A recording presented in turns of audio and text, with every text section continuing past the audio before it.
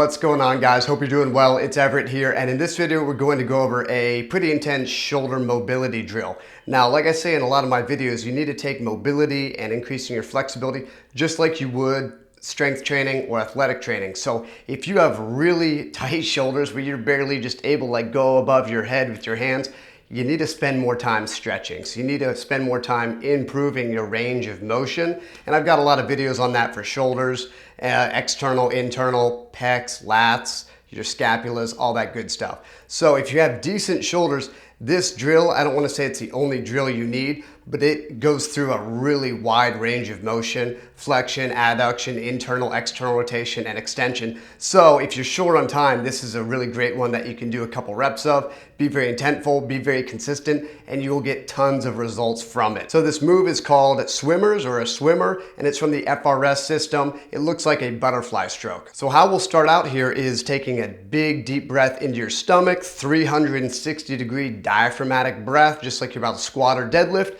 Lock down all of the body. We're going to take the hands and put them above the head. We're going to pinch the shoulder blades together, pull the elbows back, and then without moving the head, lift the hands off of the head, all right? Then what we're going to do is hinge at the elbows, and we're going to extend our hands straight up into flexion right over the head, and then trying to pull our hands as far off the ground as possible. We're going to lift the hands and then start to move around the body. All right, so as we move around the body, we're using all of the back muscles to, again, try to get those hands as far off of the ground as possible. Right about halfway around the body, we're going to, at the shoulders, internally rotate the shoulders. So it's easy to just move your wrists and your elbows. Try to actually roll those shoulders internally, and we're going to continue around that large circle until our arms are straight and facing directly behind the body in extension. Again, hands and arms as far off the ground as possible. Now from here, without moving at all, we're going to bend the elbows, a little elbow hinge, and the hands are going to meet, and we're going to try to pull them up the low back as far as we can without touching the body. Now this is where it's up to you. You can hang out here for a second, 3 seconds, 5, 10 seconds, but we're trying to have the hands as far off the body as possible and really controlled pause. After we've hit that time limit, we're going to extend the elbows and hinge back into extension, and then once again move around the sides of the body, trying to keep the arms and the hands as far off the ground as possible. We hit about midway, we're going to rotate the shoulders externally so that the hands face the ground.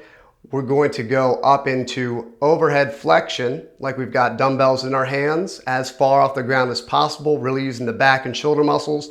Once we've reached full flexion, bend the elbows and take those hands above the head and down the neck as far to the upper back as possible, keeping the elbows off the ground and hands off the body. Once again, hold for 1 second, 3, 5, 10 seconds, and then relax. So that is 1 rep. So again, if you're doing a stretching session, you're doing some pails and rails, like I talk about mixing isometrics in with flexibility, this is a great one to end on because it's going to teach your body how to use that new flexibility. If you have decent range of motion, just cold, which is what we should all be going for, just waking up and having good flexibility and mobility, we don't want to have to warm up forever to feel good. So if you have decent amount of mobility already, it's great to add in just daily or in a warm-up for your actual workouts.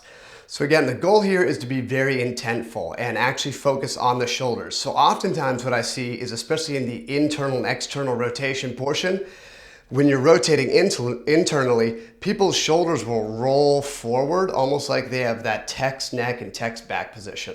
So again, we want to keep everything as far off the ground as possible and rotate internally.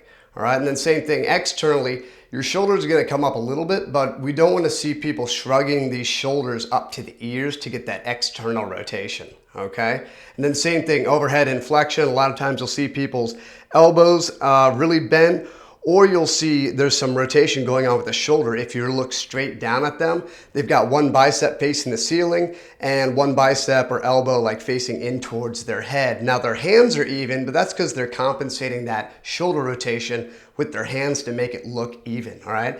And then again, people, it's as hard to stay tight for this amount of time, but people tend to start to arch the back or round the back to make up for the lack of, say, shoulder flexion or shoulder extension. So really breathe in, keep some air tight in your abs. If you have to breathe, blow some air out, stay tight, and then suck some air back in into the stomach and keep everything locked down. So if you're pretty good at this, you have good range of motion, you can take it up a level and either make fists and get a little isometric squeeze going on, or you can hold tennis balls or lacrosse balls and get a little external stimulus.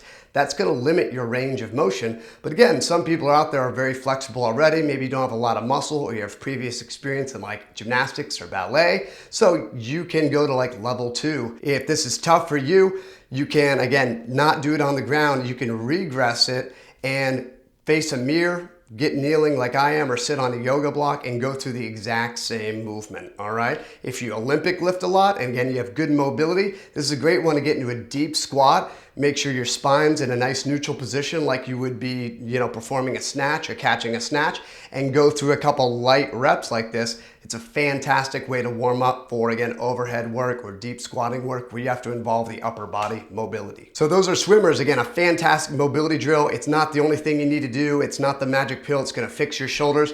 And again, if you have very limited range of motion, you need to be stretching. You need to be spending time in the areas that you need to improve your range of motion at.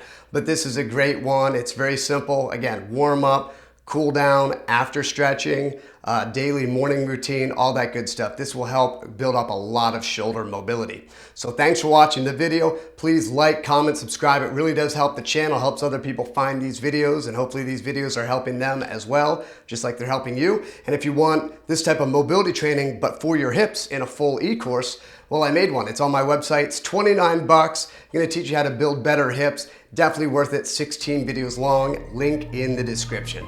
Thanks for watching. See you guys next time.